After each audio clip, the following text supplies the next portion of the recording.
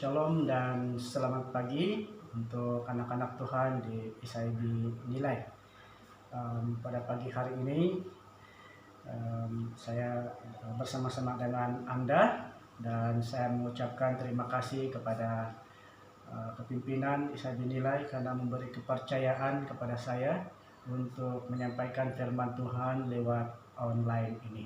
Ya, saudara dan saudari yang dikasihi di dalam nama Tuhan Yesus, pagi hari ini mari kita memulakan firman Tuhan ini dengan melihat petikan firman Tuhan yang terdapat di dalam Yeskiel 36 ayat 26.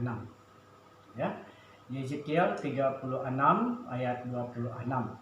Dikatakan di sana, "Kamu akan kuberikan hati yang baru dan roh yang baru di dalam batinmu, dan aku akan menjauhkan dari tubuhmu hati yang keras dan kuberikan kepadamu hati yang taat." Nah, saudara dan saudari yang dikasihi di dalam nama Tuhan Yesus, di dalam pembacaan ini Allah berjanji memulihkan Israel secara jasmania dan juga rohania. Ya, pemulihan mencakup pemberian hati baru dan menaruh Roh Kudusnya di dalam diri supaya menaati kebenaran firman Allah. Nah, pagi hari ini saudara dan saudari yang dikasihi di dalam nama Yesus, sebelum kita meneruskannya, saya mengajak kita untuk berdoa bersama-sama supaya Roh Kudus memberikan kita hati yang tenang dan memiliki fokus untuk mendengar kebenaran firman Tuhan ini.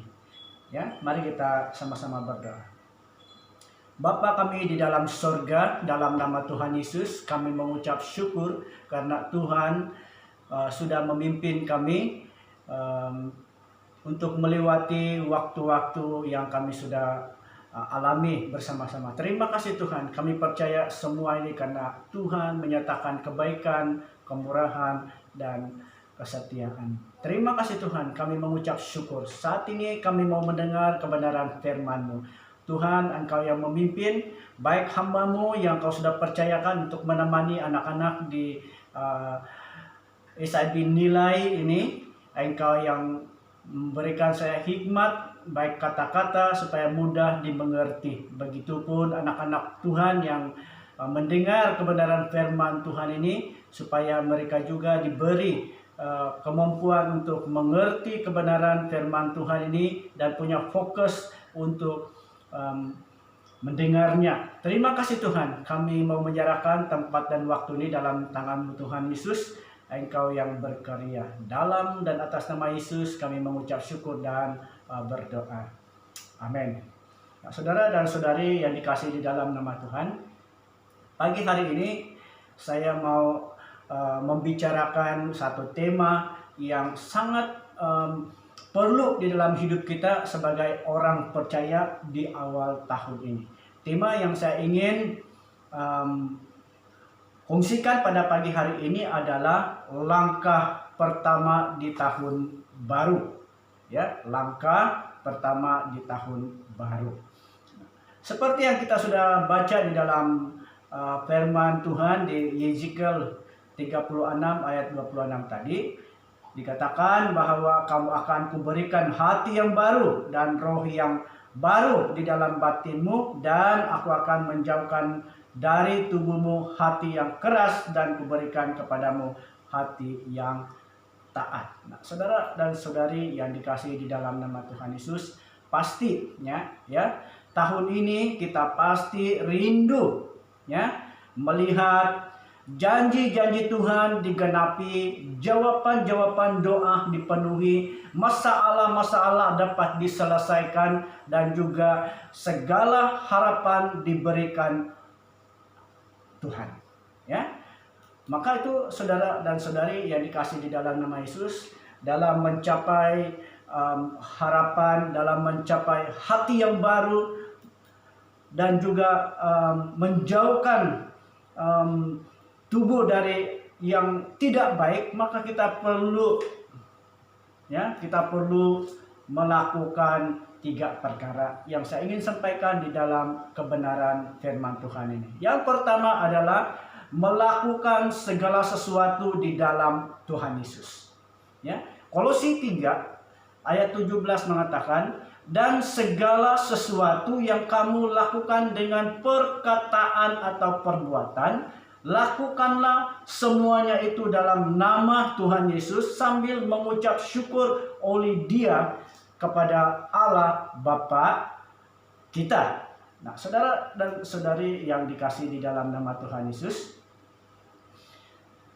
ada beberapa yang ingin kita lakukan, ya, di dalam melakukan segala sesuatu itu di dalam nama Tuhan Yesus sesuai dengan Kolose 3 ayat yang 17 ini. Yang pertama adalah melakukan untuk kemuliaan Tuhan. Di dalam 1 Korintus 10 ayat 31, ya. Nah, yang kedua adalah dilakukan dalam nama Tuhan Yesus serta memohon berkat atasnya, ya, untuk kegiatan itu. Yohanes 14 ayat 13, ya. Kemudian dilakukan dengan mengucap syukur kepada Allah. Dan 4, tindakan bersifat iman Kristen, ya, di dalam 1 Yohanes pasal 2 ayat 16, ya. Kemudian untuk melakukan segala sesuatu di dalam Tuhan Yesus itu, ya, kita perlu menyadari supaya tidak melemahkan keyakinan orang lain, ya, dan tidak melemahkan harapan kerohanian firman Allah dan doa sesuai dengan Lukas pasal 8 ayat 14, ya. Tidak melemahkan atau menghalangi kesaksian bagi Kristus. Matius 5:13-16. Jadi kalau tidak melemahkan atau menghalangi itu, maka perlu di dalam harapan kita, di dalam tujuan hidup kita di tahun ini, diawali tahun ini dengan melakukan, mengkabarkan atau mengungsikan kebenaran firman Tuhan. Saudara dan saudari yang dikasihi di dalam nama Tuhan Yesus, ya. Di dalam Mazmur pasal yang ke-91 ayat 14 atau sampai ayat 16, ya. Kita dibagi tahu oleh penulis Mazmur ini bahwa apabila seseorang percaya itu hatinya, ya, mengenal Tuhan dan berseru, maka, ya, maka tindakan Allah adalah menjawab, menyertai dan melepaskan dan memuliakannya. Dan juga dikatakan bahwa panjang umur dan kukenyangkan dia dan kuperlihatkan kepadanya keselamatan daripadaku. Nah, ini yang dua perkara ini yang perlu dilakukan, ya, perlu dilakukan di dalam melangkah, ya, untuk memulakan langkah yang pertama, ya, melakukan segala sesuatu di dalam Tuhan Yesus, ya. Nah, hatinya itu mengasihi Tuhan, mengenal Tuhan dan berseru kepadanya, maka Firman Tuhan menjawab, memberitahu kepada kita bahwa Dia akan menyertai, Dia akan melepaskan dan memuliakan. Dan juga Dia akan memberikan kita umur panjang, mengenyangkan, dan kita diberi keselamatan. Ya, saudara dan saudari, itu yang perlu kita lakukan di dalam melangkah untuk langkah yang pertama ini, ya, melakukan segala sesuatu di dalam Tuhan Yesus. Nah, yang kedua yang saya ingin kongsikan kepada kita adalah belajar dari pengalaman, ya, belajar dari pengalaman yang lalu atau bagaimana, ya. Mazmur 119 ayat 71 mengatakan bahwa aku tertindas, itu baik bagiku supaya aku belajar ketetapanmu. Nah, saudara dan saudari yang dikasih di dalam nama Tuhan Yesus, sesuai dengan situasi yang sedang melanda di negara kita pada saat ini, ya, dari tahun yang lepas sampai dan masih ada di tahun yang dimulai dengan tahun ini, situasi yang sama sedang ada di dalam kita. Kita sedang digugat, ya, ditindas oleh suasana yang mengancam kita. Kita dilakukan dengan situasi yang baru, yang orang katakan norma baru, ya. Tetapi pemazmur katakan bahwa ketika dia mengalami atau ditindas, itu baik bagi dia, supaya dia dapat belajar ketetapan-ketetapan Tuhan. Saudara, kita sudah diingatkan, ya, di dalam bagian yang kedua ini untuk kan. Mari kita teruskan lagi.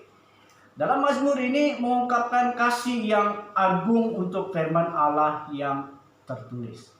Firman Allah ini disebut sebagai janji, perintah, pedoman, kesaksian, ajaran, hikmat, kebenaran, keadilan, dan teguran. Firman Allah disajikan sebagai penghiburan, perlindungan, harta, patokan hidup, kebahagiaan hati dan jiwa, dan sumber jawaban segala keperluan. Ya. Jadi ini kata firman Tuhan kepada kita yang sedang memulakan hidup kita, memulakan langkah pertama kita untuk mengharungi tahun yang pertama ke-21 ini, di bulan yang pertama ini. Mari kita mulakan langkah ini, ya, dengan melihat kebenaran firman Tuhan, ya, melihat kebenaran firman Tuhan, baik yang dari pengalaman-pengalaman yang lalu yang kita sedang lakukan, ya, tanpa rasa bosan, ya. Saudara dan saudari, pemazmur ini juga mengungkapkan kasih yang mendalam bagi Allah dengan membaca, merenungkan, dan mendoakan firman Tuhan yang kita sedang pelajari, yang sedang kita baca, yang sedang kita renungkan. Ia mengajarkan bahwa kita akan bertumbuh dalam kasih karunia dan kebenaran hanya bila kasih akan firman Tuhan itu bertumbuh di dalam diri kita. Ya. Nah, itu yang sedang berlaku di dalam yang akan berlaku atau yang sedang berlaku di dalam hidup kita. Ya. Bahwa firman Allah itu sedang, ya, membantu kita, ya, menghibur kita, melindungi kita dari harta, ya, dan sebagainya. Mari saudara dan saudari kita mengambil iktibar bahwa apa yang Tuhan sedang lakukan itu adalah sesuatu yang mendatangkan kebaikan kepada kita, ya. Walaupun pada saat setengah orang itu sangat sukar, karena seperti yang dikatakan di dalam pemazmur ini bahwa dia sepertinya tertindas, ya. Tetapi dia mengakui bahwa walaupun situasi itu seperti yang dikatakan oleh pemazmur ini, tapi dia mengatakan bahwa itu baik untuk dia. Nah, mari kita melewati suasana norma baru ini dengan keadaan yang pengakuan seperti pemazmur katakan bahwa biarpun dia tertindas, tetapi dia belajar tetap mempunyai, dia dapat melakukan, menerima itu dengan kebaikan-kebaikan, dan dia dapat belajar daripada ketetapan-ketetapan firman Tuhan. Ya? Nah, itu yang kedua. Yang ketiga yang saya ingin kongsikan kepada kita di dalam bahagian ini adalah iman disertai perbuatan. Dalam Yakobus pasal 2 ayat 17 mengatakan, demikian juga halnya dengan iman. Jika iman itu tidak disertai perbuatan, maka iman itu pada hakikatnya adalah mati. Nah, saudara dan saudari yang dikasihi di dalam nama Tuhan Yesus, tahun 2021, bulan yang pertama ini, mari kita mulai menatap langkah pertama kita dengan mengimani Tuhan kita dengan perbuatan kita, ya. Karena demikianlah yang dikatakan oleh firman, seperti yang dikatakan oleh Yakobus, ya, Rasul Yakobus di pasal yang kedua ayat 17 ini, ya. Iman disertai dengan perbuatan, ya, saudara dan saudari yang dikasihi dalam nama Tuhan. Nah, iman, berbicara dengan iman, ya, iman itu adalah iman sejati yang menyelamatkan, adalah tindakan saleh dan pengabdian kepada Yesus Kristus. Perbuatan tanpa iman adalah mati. Iman tanpa perbuatan adalah mati. Iman sejati menyatakan ketaatan kepada Allah dan perbuatan balas kasihannya terhadap yang memerlukan. Itu iman sejati. Ya. Mengapa saya katakan perlu iman sejati untuk memulakan langkah pertama? Ini adalah karena ada ramai orang yang beranggapan memiliki iman. Tetapi Rasul Yakobus mengatakan iman yang benar, iman yang sejati adalah iman yang disertai dengan perbuatan. Jadi kalau ada perbuatan dan tidak mempunyai iman, itu juga mati, kata Rasul Yakobus. Nah, maka itu saudara dan saudari yang dikasihi di dalam nama Tuhan, iman sejati menyatakan ketaatan kepada Allah dan perbuatan balas kasihan terhadap yang memerlukan, ya, yang memerlukan. Nah, yang kedua di dalam bagian yang ketiga ini adalah Yakobus mengarahkan agar, ya, ajaran ini kepada gereja yang mengaku beriman kepada Kristus dan pendamaian oleh darahnya dengan percaya bahwa pengakuan itu saja sudah cukup untuk keselamatan. Ya, pengakuan, ya, iman yang disertai pengakuan. Itu Rasul Yakobus katakan mendatangkan keselamatan. Satu-satunya jenis iman yang menyelamatkan ialah iman yang bekerja oleh kasih. Dalam Galatia pasal yang kelima ayat yang ke-6, ya, Galatia pasal yang ke-5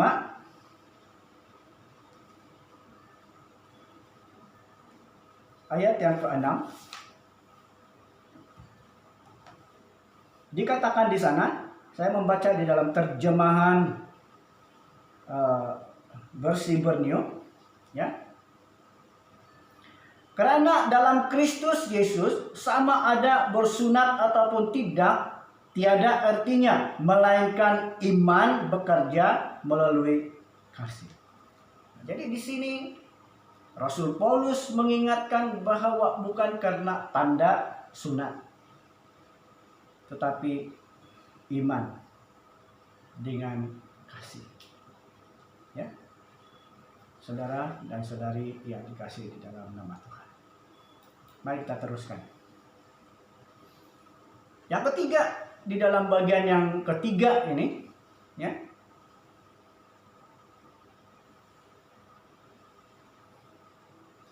jangan beranggapan memelihara iman yang hidup hanya dengan usaha sendiri.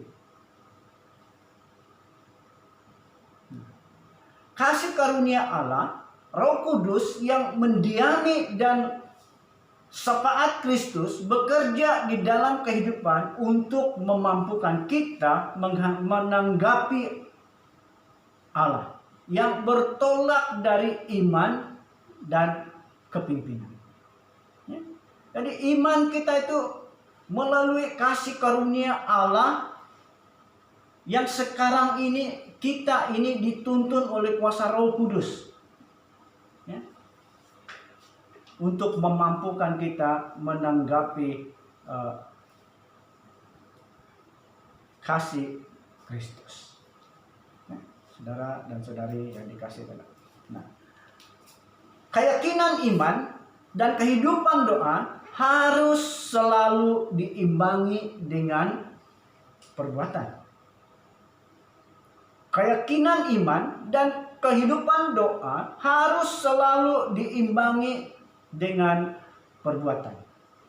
Karena iman tanpa perbuatan adalah iman yang mati. Sedangkan iman yang disertai dengan perbuatan akan menghasilkan mujizat dalam kehidupan kita. Ya. Iman tanpa perbuatan itu mendatangkan usaha yang sia-sia. Ya. Barang yang sudah tidak berfungsi itu tidak ada artinya. Tetapi iman disertai dengan perbuatan akan menghasilkan mujizat dalam kehidupan kita. Jadi iman yang disertai dengan kasih, kata Rasul Paulus kepada anak-anak Tuhan di Galatia, itu menghasilkan mujizat-mujizat dalam kehidupan kita. Mari saudara dan saudari yang dikasih dalam nama Tuhan Yesus, mari kita melangkah. Mari kita melangkah dengan iman disertai dengan perbuatan yang kita perlu ada. Ya. Nah, saudara dan saudari di dalam nama Tuhan, situasi sekarang ini sangat menakutkan. Ada ramai orang yang ketakutan, merasa takut, ditakuti dengan situasi sekarang ini. mari kita melepaskan ketakutan. Ketakutan. Nah, saudara, ketakutan menghalangi kita untuk dapat melangkah dengan iman. Ya. Banyak perkara yang kita tidak dapat lakukan dengan perkataan ini, dengan ketakutan ini. Ya. Ketika kita menyingkirkan segala ketakutan dan mulai melangkah dengan iman, maka kita akan melihat hasil yang luar biasa dari perbuatan yang kita lakukan. Jadi untuk dapat melakukan sesuatu itu kita perlu menyingkirkan ketakutan kita untuk dapat melangkah dengan iman. Ya. Supaya kita dapat melihat hasil yang biasa dari perbuatan yang kita lakukan. Nah, saudara dan saudari yang dikasih di dalam nama Yesus, ketika kita takut untuk melangkah atau berbuat sesuatu, maka kita telah kehilangan kesempatan untuk berhasil.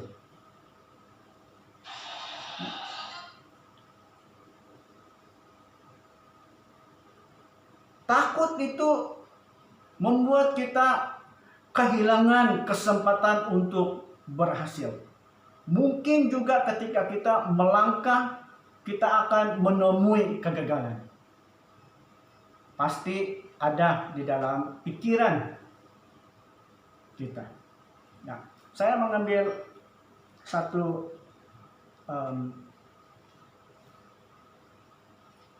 situasi yang sama yang pernah berlaku di dalam Perjanjian Lama. Ketika terjadi kelaparan di Kanaan, Allah berbicara kepada Abraham untuk pergi ke Mesir untuk mendapatkan makanan. Tetapi Abraham memiliki ketakutan. Dia berpikir bahwa karena istrinya itu cantik, maka pikirannya dikaburi dengan ketakutan, pasti orang akan membunuhnya. Ya. Nah, ketakutan. Nah, sehingga dia rela, ya, Abraham rela mengatakan sesuatu yang tidak benar untuk situasi ini dan akibatnya, ya. Ya. Dia mengatakan bahwa istrinya itu adiknya, dan walaupun dalam keadaan letaran, ya, keturunan itu sememangnya ada kaitan dengan kekeluargaan, tetapi Sarah itu sudah menjadi istrinya, tetapi dia katakan itu adiknya, sehingga diambil. Nah, apa yang terjadi? Ya, mengapa? Karena dia takut, ancaman kegagalan. Ya, ancaman kegagalan yang saya maksudkan di sini adalah ketakutan. Nah, takut melangkah karena takut gagal. Nah, saudara dan saudari yang dikasih di dalam nama Yesus, tetapi kita tidak akan tahu apa yang akan terjadi ketika kita tidak mulai untuk melangkah. Jadi apabila kita mendiamkan diri untuk tidak berbuat sesuatu, kita juga tidak menemukan apa yang harus kita lakukan. Karena kita hanya mendiamkan diri, tidak mau melangkah karena takut gagal, karena wujudnya ketakutan. Nah, maka itu saudara dan saudari yang dikasih di dalam nama Yesus, mari, ya, saya mengajak kita untuk berani berbuat sesuatu akan mendatangkan keberhasilan dalam kehidupan kita. Ya, tapi perlu ada keberanian. Karena keberanian berbuat sesuatu akan mendatangkan keberhasilan dalam kehidupan kita. Sesuatu yang dilakukan berkali-kali dengan tekun akan membuat kita menjadi mahir. Sehingga presentasi kita, ya, keberhasilan akan menjadi semakin besar. Semakin kerap kita, semakin berani kita melakukan, semakin berani kita untuk melangkah dan melangkah dengan iman, semakin kita mendatangkan keberhasilan di dalam hidup kita. Ya. Semakin kita berani untuk melakukan sesuatu, semakin kita menjadi mahir, dan juga kita dapat memiliki keberhasilan yang semakin besar di dalam kehidupan kita, di dalam keluarga kita, di dalam lingkungan kita, di dalam gereja kita juga. Jadi mari saudara dan saudari, kita mengambil iktibar untuk berani, ya, melakukan sesuatu. Nah, ditambah lagi dengan iman yang kita pegang teguh, maka mujizat demi mujizat akan menyertai langkah hidup kita yang dijalani. Iman itu mendatangkan mendatangkan mujizat demi mujizat, ya, yang menyertai di dalam hidup kita, yang kita lalu jalani, ya. Nah, saudara dan saudari yang dikasih di dalam nama Yesus, dalam Pengkhotbah pasal 11 ayat 6 mengatakan, taburkanlah benihmu pagi-pagi hari dan janganlah memberi istirahat kepada tanganmu pada petang hari, karena engkau tidak mengetahui apakah ini atau itu yang akan berhasil, atau kedua-duanya sama baik. Nah, saudara dan saudari yang dikasih di dalam nama Yesus, ketika kita mulai melangkah, berani melakukan sesuatu, ya, dengan seperti yang dikatakan oleh pengkhotbah di sini, mulai menabur, maka itu akan terjadi, ya, itu akan terjadi, dan kita akan dapat mengetahuinya mana yang baik dan mana yang tidak baik, daripada kita mendiamkan diri dan merasa ketakutan itu tidak mendatangkan hasil apa-apa. Nah, saudara dan saudari yang dikasih di dalam nama Yesus, sambutlah tahun baru dengan penuh keyakinan, karena Tuhan telah memberikan kita hati yang baru. Lakukan segala sesuatu di dalam Yesus. Belajarlah dengan pengalaman yang lalu dan melangkah dengan imanmu. Maka kita akan melihat janji-janji Tuhan digenapi dalam hidup kita pada tahun yang baru ini. Haleluya. Kita katakan amin. Ya. Dan untuk mengakhiri kebenaran firman Tuhan ini, saya mengajak kita melihat di dalam 2 Petrus pasal yang pertama, ayat yang ke-5 sampai ayat yang ke-8. Dikatakan di sana, justru karena itu kamu harus dengan sungguh-sungguh berusaha untuk menambahkan kepada imanmu kebajikan, dan kepada kebajikan pengetahuan, dan kepada pengetahuan penguasaan diri, kepada penguasaan diri ketakunan, dan kepada ketakunan kesalehan, dan kepada kesalehan kasih akan saudara-saudara, dan kepada kasih akan saudara-saudara kasih akan semua orang. Sebab apabila semuanya itu ada padamu dengan berlimpah-limpah, kamu akan dibuatnya menjadi giat dan berhasil dalam pengenalanmu akan Yesus Kristus Tuhan kita. Kesimpulannya, saudara, untuk melangkah, untuk memulakan langkah, ya, di tahun yang baru ini, mari kita dengan 3 perkara, yaitu melakukan segala sesuatu di dalam Tuhan Yesus, belajarlah dari pengalaman yang lalu, dan melangkah dengan iman. Dan dalam masa yang sama, Rasul Petrus mengingatkan kepada kita supaya menambahkan penguasaan diri, menambahkan ketekunan, menambahkan kesalehan kasih.